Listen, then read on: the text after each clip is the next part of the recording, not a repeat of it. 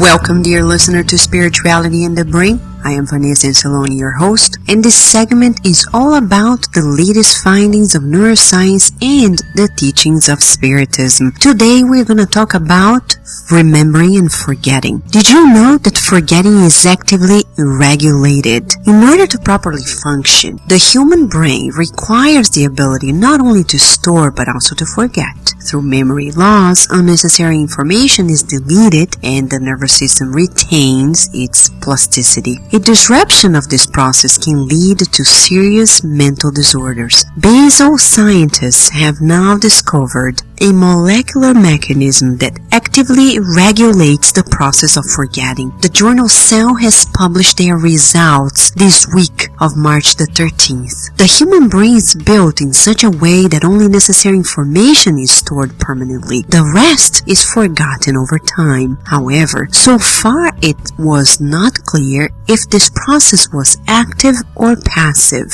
Scientists from Transfaculty Research Platform, Molecular and Cognitive Neurosciences at University of Basel have now found a molecule that actively regulates memory loss. The so-called Musashi protein is responsible for the structure and function of the synaptic connections of the brain, the place where information is communicated from one neuron to the next. So, dear listener, here we have science telling us about the fact that forgetting is not a process that happens passively. We really need to be active. The biological mechanism of forgetting is an active process.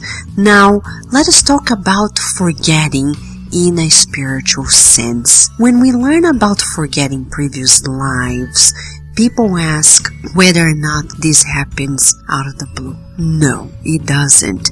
It's an actual process that happens before we reincarnate. It's a very merciful process of God to forget what happened in previous lives. Now, to forget about occurrences in this very life, science is now telling us that this is an active process, biologically speaking. And we know, spiritually speaking, that the mind of the spirit is ruling over the physical body. So we need also to be very proactive regarding how we're going to file and decide on forgetting the occurrences that are not healthy in our lives, putting them aside in order to forgive.